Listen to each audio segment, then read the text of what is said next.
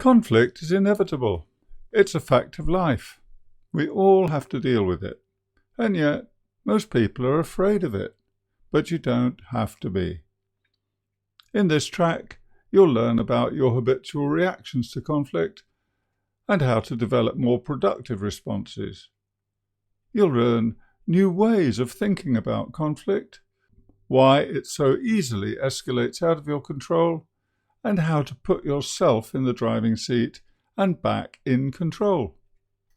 Managing your disagreements begins with understanding your typical reactions to conflict.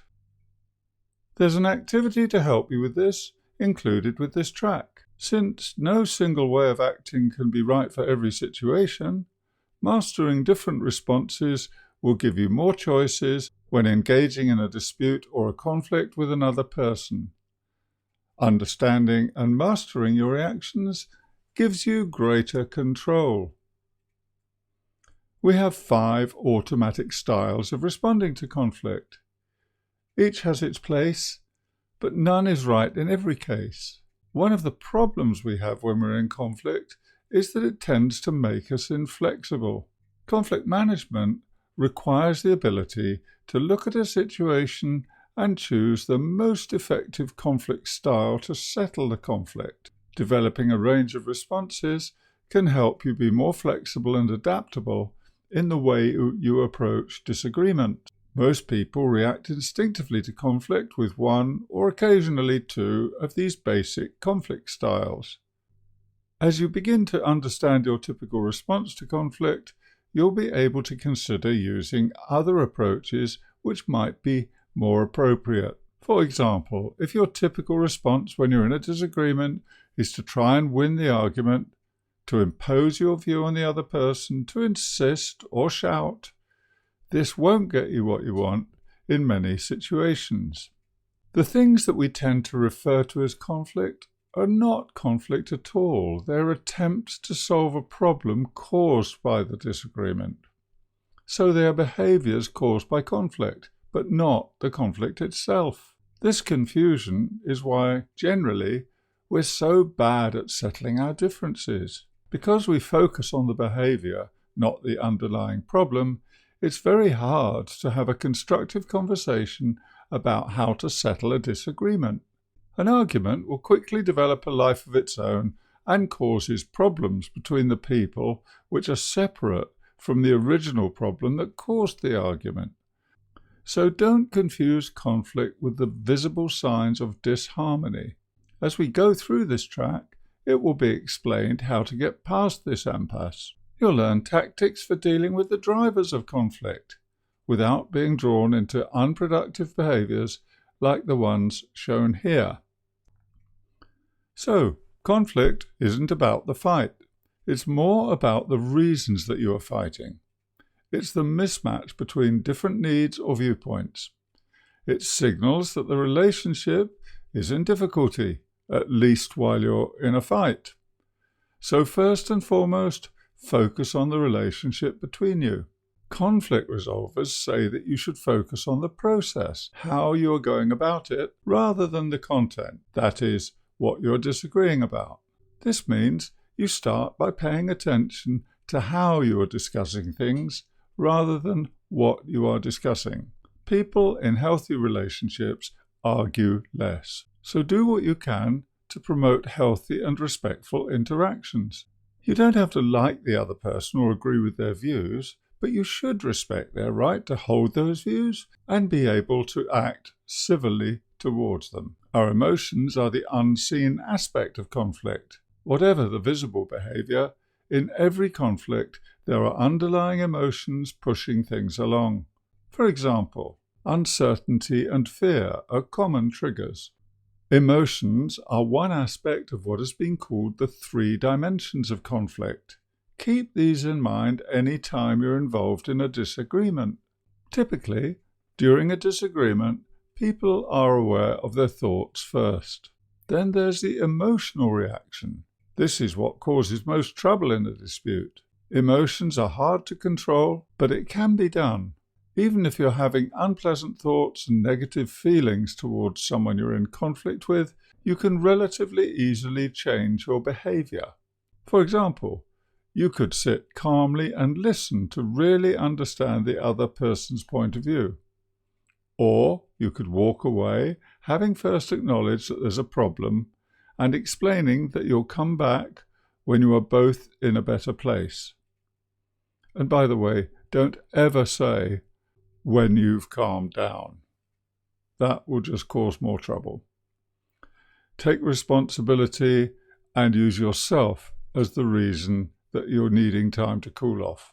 Controlling your emotions directly is more difficult, so start by learning to change your thinking. There are 3 exercises or activities in this track. The first was the conflict quiz, where you can identify your preferred conflict style. Next comes calming yourself down, which makes it easier to get control of your thinking. Your thoughts are the way into your emotions. When you can change the thought, it gives you an access point to change the feeling.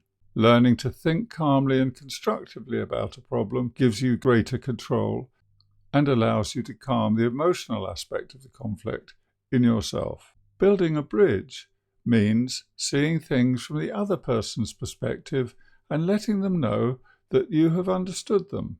Though instinct drives us to protect our own interests, when we can calmly inquire about the other person's needs and interests, though it seems counterintuitive, we start to shift the conversation away from fighting and towards a constructive dialogue. All conflict happens between people, so, by definition, there is a relationship.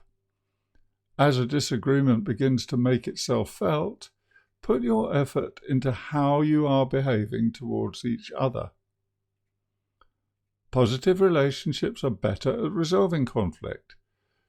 So, even if you'll only be interacting with the other person for a short time, do what you can to ensure that the relationship is non-threatening, positive, and respectful. The simplest way to remove threat from a conversation is by showing genuine interest in the other person.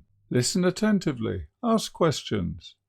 The guiding mantra for this is, seek first to understand. As you get more comfortable with this approach, there are some powerful tactics used by professional conflict resolvers. The first is to depersonalize the issue, or, as conflict resolvers say, separate the person from the problem. Blaming or accusing the other person, even if you think it without saying it, and holding them responsible for the difficulty, won't resolve the issue between you. Separating the person from the problem means that you turn your attention to whatever you both disagree about, rather than attacking or attempting to destroy each other's argument. This enables you to focus on the relationship and how you can work together to tackle whatever's coming between you. You both hold positions, but that is just a starting point.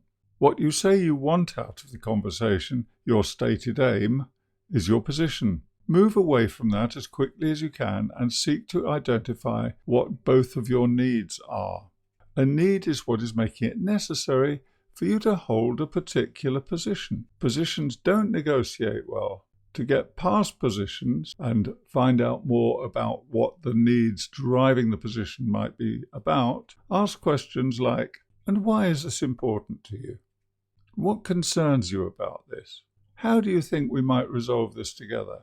Or what needs to happen for you to feel more comfortable in resolving this with me?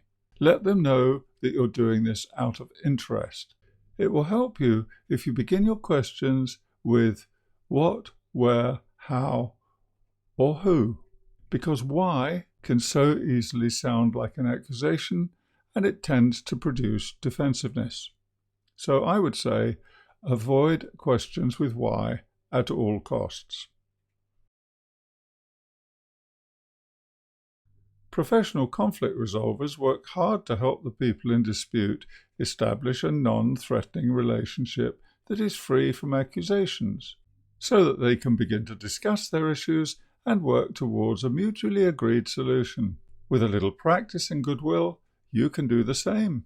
If it isn't possible to respect each other enough to do that, then you may have to postpone the conversation and start again at another time when emotions have cooled. And there are a few words of caution. Be prepared to advance in small steps. It may take several conversations to reach a compromise or an agreement, so be patient. Avoid being drawn into who is right and who is wrong. That's just sticking to positions, and it tends to prolong the conflict. There are many situations that cannot be neatly categorized into right or wrong. And if both people say they're right, then let it be so. Remember, the aim is to seek first to understand what's driving the person you're in dispute with. Guessing their motives usually doesn't come up with anything but wrong answers. So the only way to know is to ask sensible questions to help you understand their case. Genuine curiosity and attentive listening will help you to do this, and it will also lower tensions in the relationship.